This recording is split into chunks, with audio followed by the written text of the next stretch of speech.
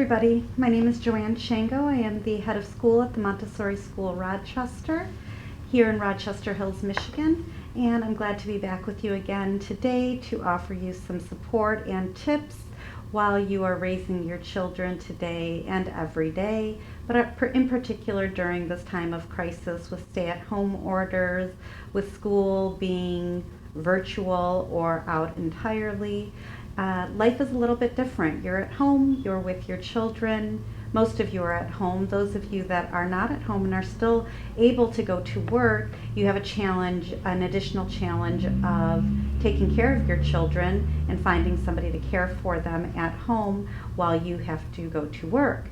It's been a very challenging time. It has been for me as well, finding a way to juggle work, life, home, and being a support to all of the fabulous teachers and guides out there that are supporting your children's education, socially, emotionally, as well as academically through a distance learning platform is very challenging. It's challenging for those teachers and guides because they're not right there with your children, able with the ability to track them and converse with them in a more direct manner, particularly in a Montessori classroom where so much of what your children are learning is individualized. So much of where they go in the classroom is based on their interests and abilities through the observations of the guide. And now that guide is dependent on parents and dependent on what she sees through a computer screen. So as much as we attempt in our distance learning platform, which is 5 days a week for 2.5 hours a day via Zoom, we still have, we tried to remove that distance, but there is a distance still, and we rely on the parents. And it's that challenge for parents that can be conflicting. In addition to that, all of the changes that are going on for your children is also a challenge, and conflicting feelings can be occurring in your children. This past weekend on Friday, we discussed finding joy, and I know I did so with my children. I hope that you took some of what we discussed to heart and implemented it in your weekend. I know that we had a much more carefree and joyful weekend where so much work was done, but it was done with collaboration. It was done with joy. We cleaned our yard, and all of the kids were happy and excited. My husband was less stressed. He was spraying the kids with hoses. It happened to be very warm here in Michigan. And it was really wonderful to just be able to inject that kind of joy despite the stresses that are happening in our lives, more stresses than we are perhaps accustomed to. Today's focus is going to be on some of those stresses and how to talk about them with your children. Last week I had shared with you that even with my 12-year-old, he was angry. He was fearful of things. He was feeling a sense of unease that is stronger than maybe he's ever felt before. And he didn't have the words to communicate. And it's so difficult for an adolescent who has at least 12 years under their belt, I can only imagine the struggle for a 3 or a 4-year-old, a 2-year-old, a 7-year-old that is also feeling those stresses or feelings of discomfort and unease. So today I want to talk to you a little bit about how to talk to your child and how to help them through these feelings of unease, of fear, of anxiousness in a way that offers them reassurance and offers you support and confidence in those conversations. The very first thing you want to do is actually talk to them. Engage them in conversations about feelings. Feelings and emotions are very important in conversation, whether it's joyful feelings, excited, sad. In Montessori classrooms around the world, we often have these different, we call them nomenclature cards or 3-part cards that are strictly on emotion. You find this in schools and classrooms all around the world, interpreted in whatever way is appropriate for their curriculums, in the vast different curriculums around the world.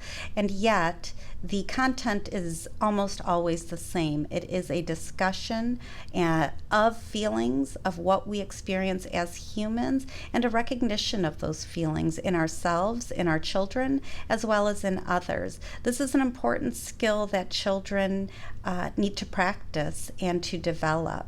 They don't have the language to associate words with their feelings, and to be able to develop that gift is very important.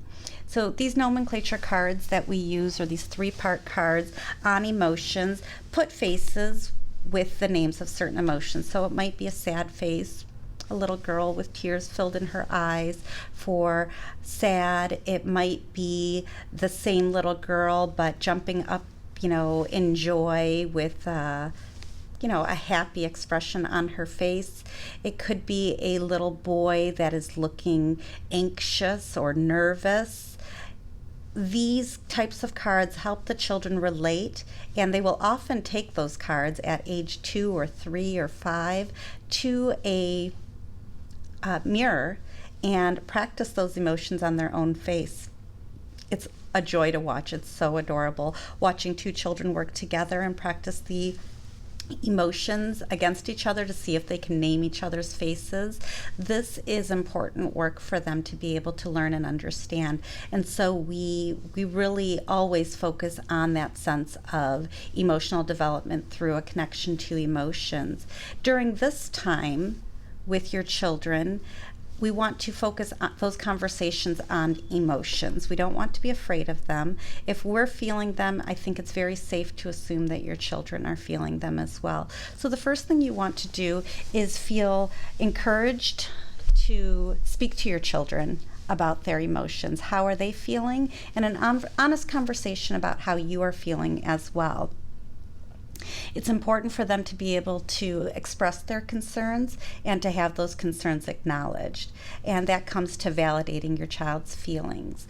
Whether you believe they should feel fearful at this time, it's important to use the words that say, "I understand what you are feeling." And that comes before comfort. You want to acknowledge and validate their feelings. I hear you. I see that you're feeling sad. I hear your words. And that gives them a security and a comfort and a trust in you that what they're feeling is valid long before you go in to comfort them. So before we say things like, "You don't need to be scared," you first want to say, "I hear that you're scared." Name those feelings for them if they weren't able to actually name the emotion. Name the feeling for them and acknowledge it. Give validation to what they're actually feeling. From validating, you want to talk honestly about your own feelings.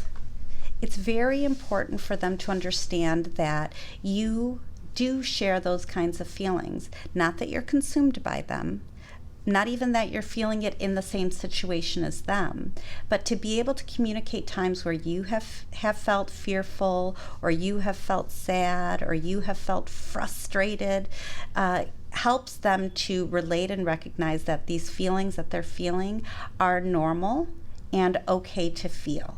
That's going to prepare them for the ability to handle those emotions, to begin to refocus those emotions and gain strength from them. Then you want to discuss how to handle the emotions. You want to discuss why or how they are or could become safe. So if they're fearful about, well, we're in a pandemic right now, so if they're feeling fearful about catching this illness, you want to acknowledge their feelings. You want them to feel trusting so that they can share it with you. You want to validate that what they are feeling. Not only have they spoken it, but you are acknowledging it and validating that their feelings are real. And then you want to discuss with them how or why they could feel safe, begin to feel safe, or why they should be feeling safe. Those discussions could revolve around the well health practices that you're doing at home. Things like why we're washing our hands so often. I understand you're afraid of getting sick. I don't like to get sick either. It makes me feel grumpy. My body is achy. When I cough, it hurts my chest. That kind of honest and open conversation. And then you can say, that's why we wash our hands so regularly. Almost every time we're touching, or if you touch my mouth, we both go to the bathroom and we're washing our hands together. These are well health practices for care of self that we're practicing, and that's going to give your children that reassurance. You can talk about information you've received from your doctor. You can talk about what you're hearing through whether it's the government officials or medical professionals or the health department, ways that we are working towards a solution with this pandemic so that your children can feel safe and secure, that they're doing everything they need to do in order to stay safe. You can also discuss with them why for children the risk factor is much lower. That's also going to give them a feeling of safety. You want to be careful a little bit with those conversations, because if they recognize that we are indeed old, that fear might turn around onto you, and they might put that fear towards you. And so we want to be careful about that. For me, with my own children, we really do talk about why and how we stay healthy in our homes, why and how we are practicing social distancing, why and how we will move forward as this crisis begins to abate, so that we can begin engaging in social and emotional relationships outside of our family. But we're really having a very direct conversation about how we are going to feel safe now and as we progress forward.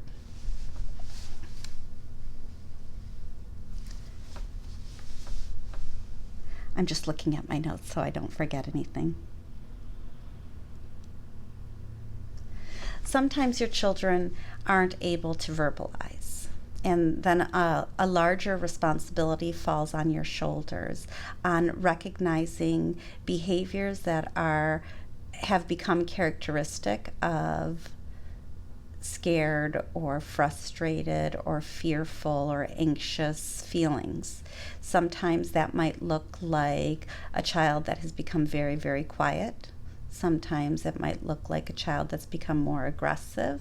Sometimes it might look like a child that is forever busy. It's going to interpret itself differently for each of your children, but you will notice that their behavior has changed. And you can usually attribute those types of changes to strong emotions that they don't know how to explain. If you become more aware and astute to the changes in their behavior, you can begin to have conversations on feelings.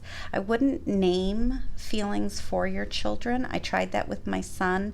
It doesn't work quite so well. They just kind of become mired in a confusion of trying to take responsibility for emotions that they don't quite understand. Instead, I would be talking to them about their behaviors in a positive way. I see you've been so busy lately. It seems like you never want to sit still for that really busy or active child. That's unusual for you. What's going on inside of your little body? Those kinds of conversations might open them up to perhaps not naming emotions, but explaining the uncertainty that they're feeling. If they begin explaining that uncertainty and saying, I don't know what it's called, that's when you would want to begin naming some emotions that it seems what they're describing is leading towards. But by you recognizing that their behaviors have changed, whether it's for the good or towards something more negative, by naming the behaviors and saying things seem different, opens up a conversation that at least has a direction, if not an ability to actually name emotions. The next thing you want to do is empower your children. When children can understand their emotions and feel that they have the tools necessary to make a change in their environment, in their relationships, or just simply in their understanding of their feelings, they're going to become more empowered. It's not a situation where I'm going to take care of you are the magic words, because they are children, young children around the world really are seeking independence. And if they're not quite able to take care of themselves, or if they're not given that opportunity, they actually feel less empowered, which interprets itself as less secure. One way or the other, children around the world want to feel empowered and in control. And if they cannot be in control of themselves, they will try to be in control of you or of things that couldn't be controlled, which actually might increase strong negative type emotions, the emotions that don't feel so good for them or for us. Increase of anger, increase of demands, increase of hiding behaviors.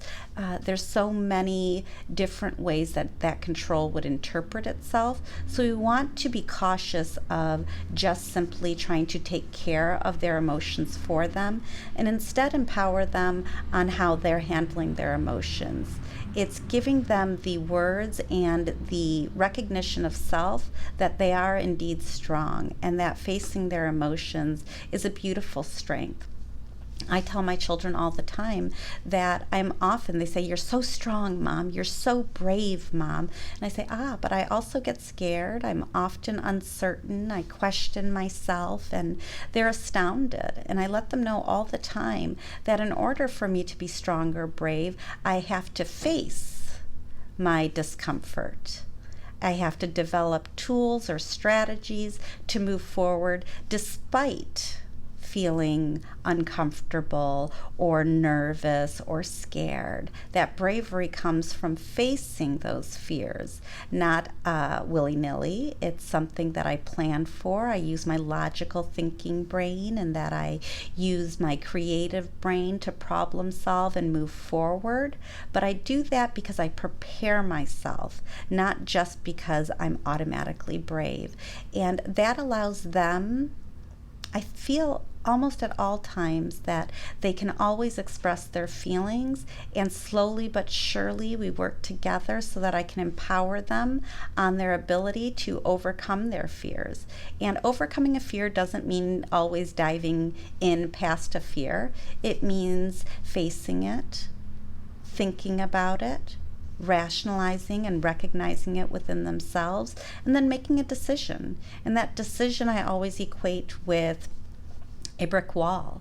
And there is complacency with a brick wall. Some people will walk up to that brick wall and they will look at it and say, "Oh, I guess I'll just stay here. I don't know what's beyond the brick wall, so I'm just going to stay here. The brick wall means stop." And then there are some that will try to break down that brick wall. And without thought or reason, they just see it and they say, "Nothing's going to stop me." And so they start to break down that brick wall, and that's destructive. We don't know what the breaking down of the wall will do, how it will come down, and we don't know what we're going to face in the midst of the breaking down, and we're not prepared for what we're going to face when the wall does come down. And then there are the strategists, I call them the leaders, and all children are looking to develop themselves as leaders of some sort, whether they recognize that or not.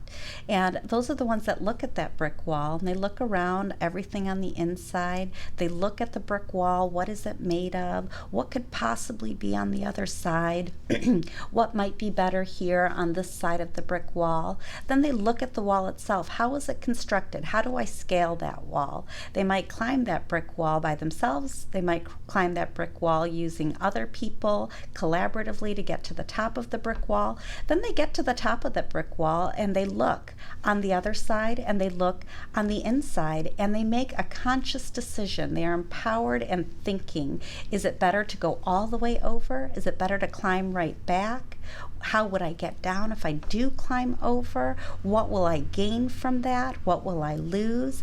That's an empowerment, and that really comes from all of the conversations that you have with them. It comes from fostering that logical thinking and problem solving that they're able to do, that they often will work out with you, but you're not doing for them. If you make the decision on whether they should sit inside of the wall or whether they should climb the wall with you, then they're not necessarily feeling empowered. They might continue to feel fearful, waiting for somebody else to take care of them, or they might not feel confident that their decisions are capable and able and trustworthy.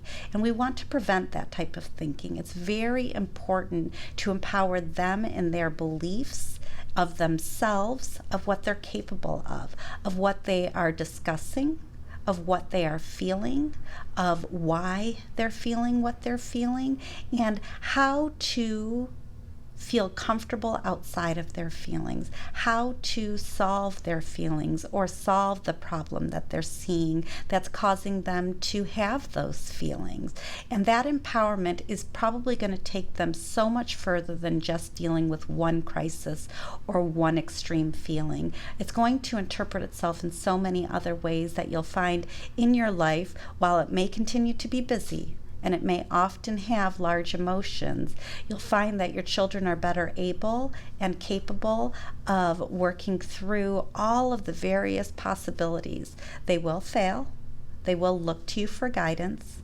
They will look to you for support or reassurance, but that should always come in the way of, I see where you're going. I understand what you're thinking. What do you want to do with it? And as you provide those kinds of prompts for your children, whenever they come to a large feeling, whenever they come to a brick wall that takes them a little bit away from what or who or why they're doing something on the path that they're going on, they're going to feel more empowered and more capable and able of solving any of those kinds of problems or challenges, and they become something positive for them.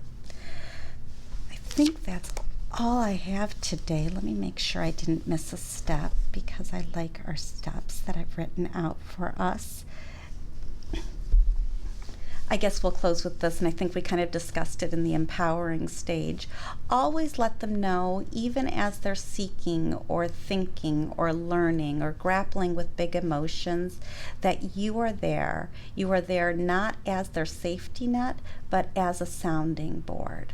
You want them, again, always to feel confident in themselves, while recognizing that it is a strength and not a weakness to look to others that they trust, to help them, to support them, to think with them and problem solve with them, so that they don't feel that everything is on their shoulders, and they also don't feel that they are not in control of anything, that everything is in the hands of somebody else, that only others can help them or save them. There's that middle ground, and that middle, right down the middle, is where children become not just empowered, but recognize their own capability and become pretty ingenious and capable little humans that feel more strong and secure socially and emotionally, as well as that connection to their intellect. And being able to use your emotional intellect as well as your academic intellect combined together is what